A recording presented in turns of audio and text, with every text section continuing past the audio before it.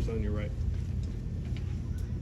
Logan, you made probably the offensive play of the game. Over here.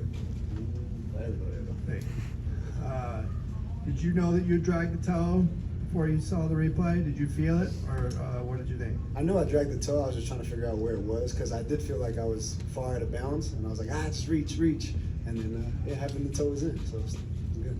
And just so everyone knows, he makes those catches in practice too, all the time. So that wasn't something special. We've been seeing it. Ethan, you passed, intercepted early, and then you rebounded. What went into kind of steadying your play from that point going forward? That first interception, hats off to number 12. He made a really good play on that. Something we weren't really expecting, but he made a great play. And in my head, just kept saying one play at a time, one snap at a time, and just kind of kept it going. And just let the game flow. Ethan, you guys had 4 turnovers in the first half, but obviously took care of the ball a lot better in the second half. Mm-hmm. Aside from that, were there any adjustments that you guys made at halftime? No, those turnovers were just mistakes, and mistakes can be fixed. And we kind of came in at halftime and we said, hey, we felt like we were kind of letting our defense down a little bit, so we had to pick it up. And we came out 2-play drive on the start the second half and scored. So this offense has a bunch of resiliency. We know when to bounce back and how to bounce back, and I think I'm just so proud of the guys. Logan, just what has this journey kind of been like for you? Coming out of a big time high school program, and then you come here, you're on special teams, and now you're making big plays in games like this. Yeah, it's awesome. Just been working hard ever since high school, even before high school, just to get to this point. I've been presented an opportunity to help the team, and I'm trying to take full advantage of it. Just never stop working. That's all it is, because one day it's all going to pay off. 2 things. Ethan, what's it like to have Colin Schlee come in and kind of give the change of pace with his running packages? What does that do for the offense? I think it's great, honestly. Getting the quarterback involved in the run game and having him, do zone read and pull it caused a lot of problems for defense. And it's really good, and it's very good schematically for us. And then for both of you, obviously you have an elite defense. What does that do for you as an offense, taking pressure off maybe a little bit? Obviously, like you said, you don't want to let them down, but you also don't have to be perfect with this defense. Yeah,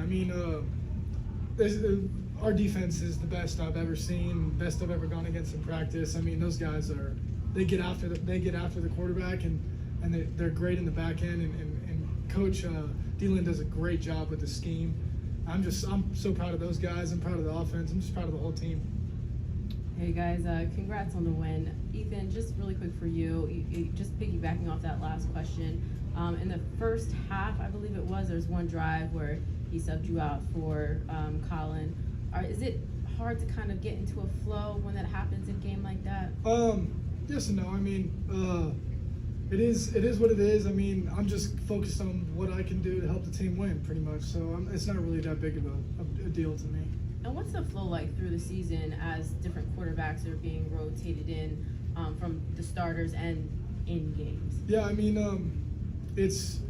the beginning it was a little hard and stuff, but I just told myself, you can control, worry about yourself.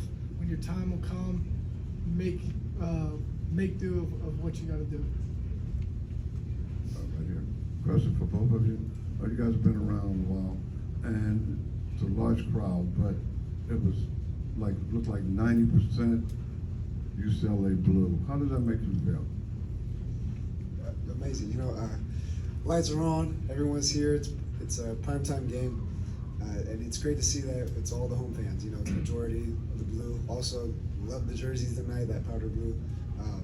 It's just it makes you smile. Looking up and everyone's cheering for you when you make a play. So there's nothing better than that. Yeah, exactly what he said. Seeing up or looking up and at all those fans, it's great. That's how college football should be, with the stadium packed, everyone on their feet. It's great to see, and we hope we can do it again. When you guys were entering the Rose Bowl tonight, you were all kind of like reaching out and touching the TD 42. Is that a tradition that you kind of see taking hold? And what was that moment like for you, just seeing it, coming in on game day?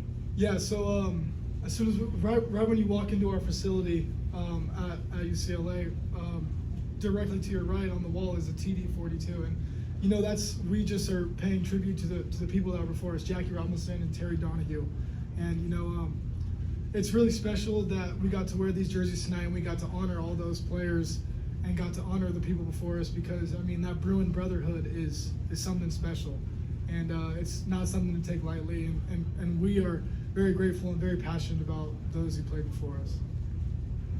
Do you want to add anything?